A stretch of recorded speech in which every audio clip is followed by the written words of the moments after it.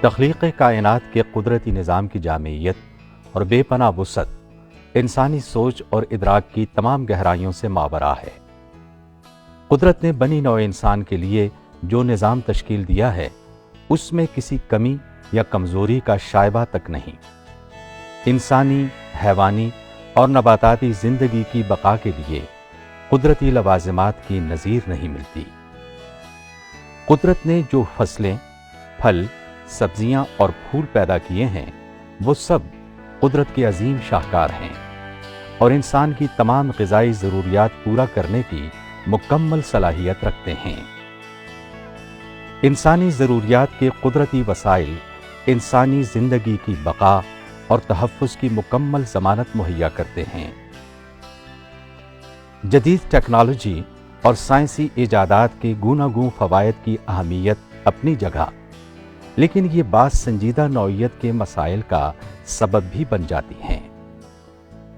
زرعی میدان میں کیمیائی کھادوں، زہروں، ہارمونز کے استعمال، جینیاتی تبدیل شدہ بیجوں کا استعمال اور خوراک کو محفوظ کرنے والے کیمیائی مادوں کے استعمال سے انسانی بقا اور صحت کے لیے سنجیدہ مسائل پیدا ہو رہے ہیں۔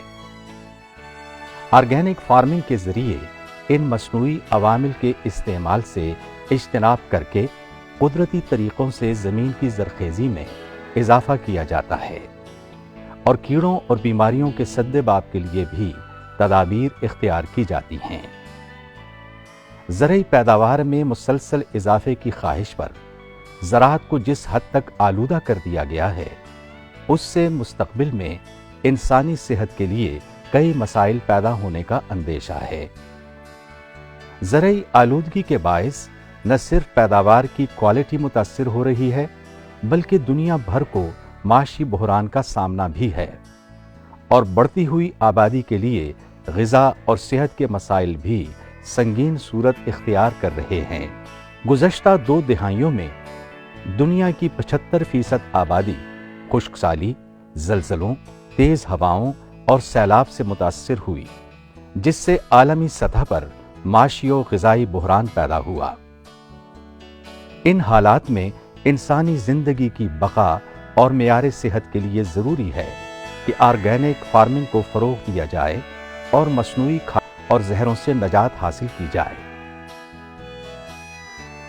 قدرت کے قریب تر ہو جانے اور قدرتی زراعت پر انحصار بڑھانے سے مصنوعی زراعت سے پیدا شدہ مسائل میں کمی واقع ہو سکتی ہے۔ دنیا بھر میں آرگینک فارمنگ کے رجحان میں مسلسل اضافہ ہو رہا ہے اور بعض یورپی ممالک میں اب 6 تا 10% آرگینک فارمنگ پر انحصار کیا جا رہا ہے۔ اس وقت کیوبا آرگینک فارمنگ کے لحاظ سے سر فہرست ہے۔ پاکستان میں بھی آرگینک فارمنگ کو فروغ دینے کے وسیع مواقع موجود ہیں۔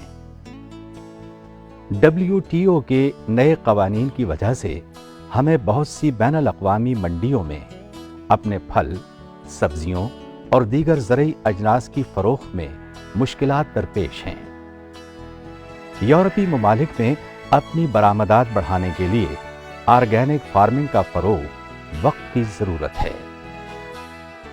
آرگینک فارمنگ کے ذریعے حاصل شدہ پیداوار میں غذائی اجزاء زیادہ ہوتے ہیں اور اس کے لیے بیرونی منڈیاں بآسانی دستیاب ہوتی ہیں۔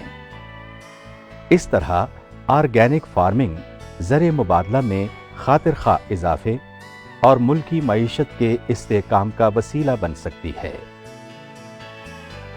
کاشتکاری کے یہ طریقے ماحول دوست ہیں، اس لیے ان کے ذریعے ہوا، زمین اور پانی کی آلودگی کم ہوگی اور قدرت کے ان بیش قیمت وسائل کو تحفظ دیا جا سکے گا۔ قومی زرعی تحقیقاتی ادارہ اسلام آباد میں سال 2008-9 میں تقریباً 600 ایکڑ اراضی پر آرگینک فارمنگ کے تحت گندم کامیابی کے ساتھ کاشت کی گئی ہے۔ اس کے علاوہ 50 ایکڑ رقبے پر سبزیوں کی بھی آرگینک فارمنگ کی گئی ہے۔ ہمارے کاشتکار اب اس طریقہ زراعت میں بے حد دلچسپی لے رہے ہیں۔